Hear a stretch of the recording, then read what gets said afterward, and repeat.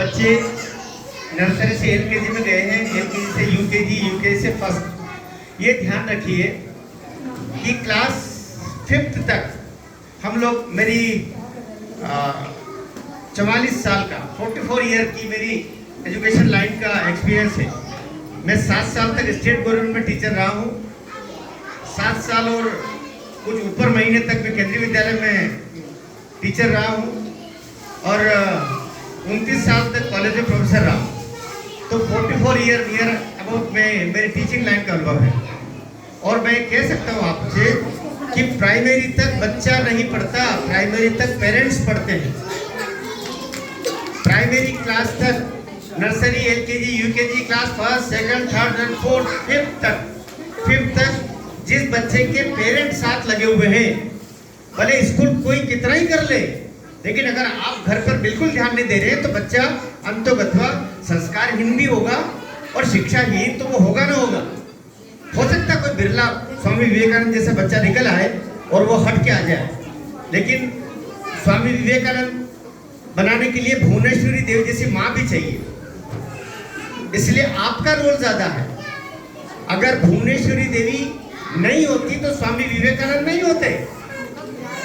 इसलिए मैं आप सबसे निवेदन करूंगा कि ये सेशन पूरा हो गया। कोरोना से हम लोग लगभग पूरी तरह बाहर निकल गए हैं। इस सेशन में खास तौर से जो 2, 3, 2, 4 वाला गया है सेशन, उसमें हम कोरोना से पूरी तरह बाहर आ गए हैं हर तरीके से। लेकिन 2, 4, 2, 5 वाला जो नेक्स्ट एकेडमिक सेशन है, उसमें पूरी कड़ाई आपको वापरनी है। ये बच्चा अगर बहुत हठी है, दोष शिक्षकों का नहीं, दोष आपका है।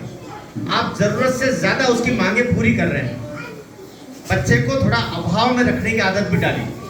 मैं आप सबसे कह रहा हूं, आपका भाव सही हो लेकिन थोड़ा अभाव रखिए। इधर मांगा इधर दिया, इधर मांगा इधर दिया, ऐसा नहीं करना है।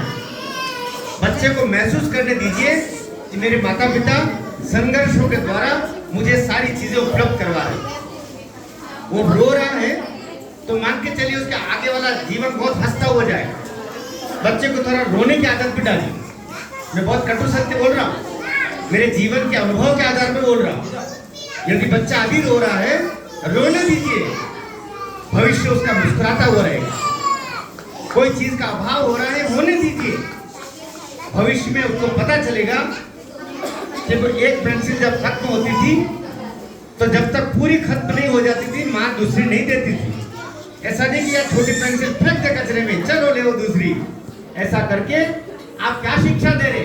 हो सकता है आपका बहुत पैसा हो, होना भी चाहिए, लेकिन धीरू भाई अंबानी हो या कि मुकेश अंबानी हो या कि टाटा परिवार हो या कि अडानी परिवार हो, वे भी बच्चों को अभाव में रखने की आदत डालते हैं।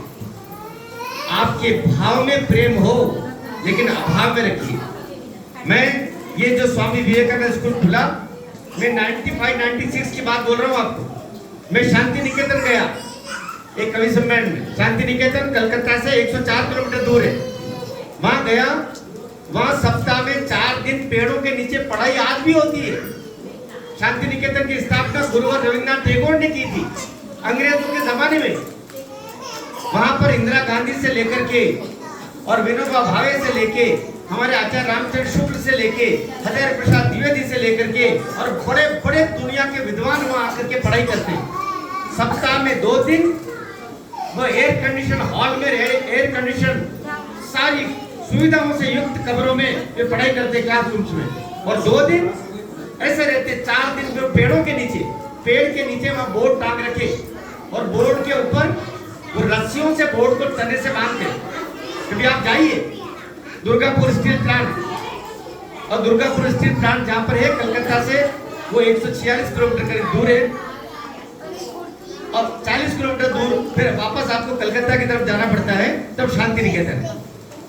वहां पर आज भी आज भी हम गांधी की कुटिया वहां पर है, विनोबा भावे की कुटिया वहां पर है, रविन्द्रनाथ टैगोर की वो स्थल वहां पर अभी भी है। मैं आपसे कहना चाह रहा हूं, कभी जाएंगे तो आपको लगेगा कि कोई, अगर इंदिरा गांधी ने अपने पुत्र राजीव गांधी को विश्वविद्यालय दुनिया भर की पढ़ाइयां बाहर करवाई, लंदन में और सब जगह, लेकिन 6 महीने उन्होंने शांति निकेतन में रखा राजीव गांधी को कि देश के संस्कार जानना है तो शांति निकेतन में तुम रहो।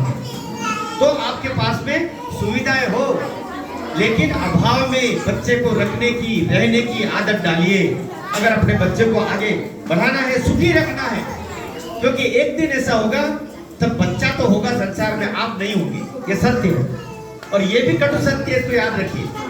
हम बच्चे के कांधे पर जीवन पर्यंत नहीं है, हम तब तक हैं जब तक है, एक दिन उसको संघर्ष करके आगे आना है। इसलिए अभी से उसमें अभाव में कैसे खुश रहा जाता है, ये भाव पैदा हो।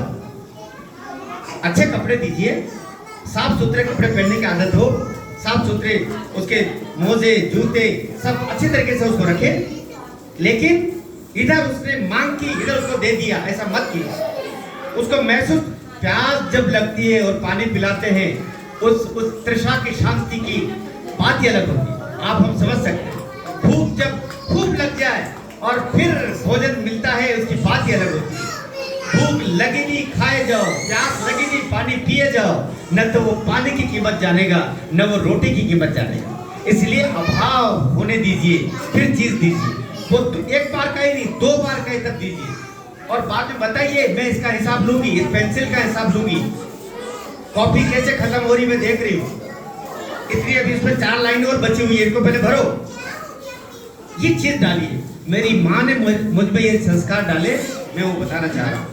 तो आज ये तो समय मिल गया था, तो मैंने कहा समय का उपयोग करो, आपसे 2 बातें भी करूँ। ये बच्चे हमारे बच्चे हैं, अब आपके बच्चे नहीं, हमारे बच्चे हैं। इसलिए जब एक दिन ये बहुत ऊपर जा करके और इनका नाम लेकर के हम गर्वित हो, ऐसे क्षण ईश्वर आपको और हमको दे, ताकि इन बच्चों को जब ये बड़े हो जाएंगे और अपने अपने वजूद को लेकर के बड़े स्तर पर पहुंचेंगे, तब हम इनके नाम को लेकर के, इनकी स्थिति को लेकर के जो गौरवान्वित होंगे, दूसरों के सामने उल्लेखित करेंगे। हम मोहन के शिक्षक हैं, मैं मोहन की माँ हूँ, मैं मोहन का पिता हूँ, वो मोहन जो अभी फला जगह पर फला काम कर रहा है। तो बहुत अच्छा लगेगा। आपने मेरी बात को, इस बात को भी ध्यान से सुना, आपको बहुत बहुत धन्यवाद।